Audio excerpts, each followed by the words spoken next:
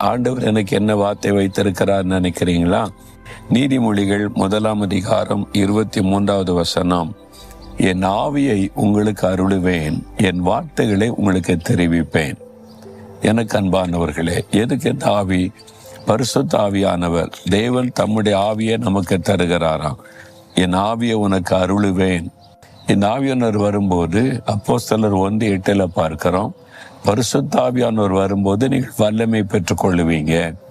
அப்ப இந்த உலகத்துல வாழ்வதற்கு நமக்கு ஒரு வல்லமை தேவை, ஆவிக்குரிய வல்லமை. ஏன்னா நமக்கு ஆவிக்குரிய உலகத்தோடு போராட்டம் இருக்கிறது, பாவ போராட்டம் இருக்கிறது, பிரச்சனை போராட்டம் இருக்கிறது, மனிதரால் வரக்கூடிய போராட்டம் இருக்கிறது.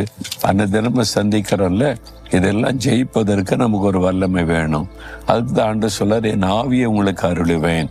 அந்த பரிசுத்த ஆவியானவர் நமக்குள்ள வரும்போது பாவத்தை மேற்கொள்ளக்கூடிய வல்லமை, பயத்தை மேற்கொள்ளக்கூடிய வல்லமை, பிரச்சனைகளை மேற்கொள்ளக்கூடிய வல்லமை, சாத்தானுடைய கிரியைகளை மேற்கொள்ளக்கூடிய வல்லமை, இந்த வல்லமைகளை ஆவியானவர் நமக்கு தருவார். அப்ப நம்ம ஜெயம் பெற்றவளாய் இருக்க முடியும். அதுக்கு தான் இந்த ஆவியின் அபிஷேகம் அவசியம். அதனால் ஆண்டு என் ஆவியை உனக்கு அருளுவேன்.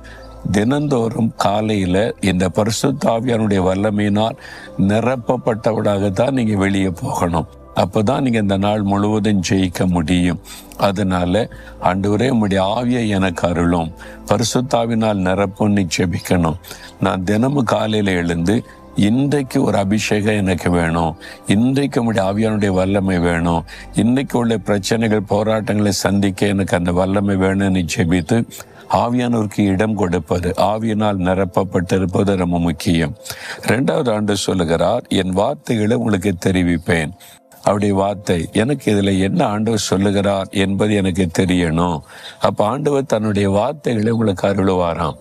என் மகனே, மகளே, இந்த வாக்குத்தத்தத்தை உனக்கு தர்றேன், இந்த ஆலோசனையை உனக்கு தருகிறேன், இந்த வழி நடத்தலை தருகிற தேவனுடைய வார்த்தை. நீங்க பரிசுத்த ஆவியில நிரம்பி ஜெபித்து காத்திருக்கும் போது தேவனுடைய வார்த்தை வெளிப்படும். நீங்க பயப்படுறீங்கல்ல, ஒரு பிரச்சனை, நீங்க வெகு நாள் என்ன பண்றது தெரியலன்னு நினைக்கிறீங்கல்ல, ஒரு போராட்டம், அதுல என்ன செய்யணும், எப்படி செய்யணும்னு அவர் தெரியப்படுத்துவார். நீங்க தொடர்ந்து ஜெபிச்சுக்கிட்டே வரணும். அவருடைய குரலை கேட்க வரைக்கும், அவருடைய வார்த்தையை பெற்றுக்கொள்ள வரைக்கும் நீங்க ஜெபிக்க ஜெபிக்க ஜெபிக்க ஆண்டவர் ஒரு நாள் இந்த காரியத்தில் ஒரு வழி நடத்துதலை தருவார். என் வார்த்தைகளை அருளுவேன்னு சொல்லியிருக்கால, கேளுங்க. நம்முடைய வார்த்தை அருளுவேன்னு சொன்னீங்களே, எனக்கு அருளி செய்யுங்க. நீ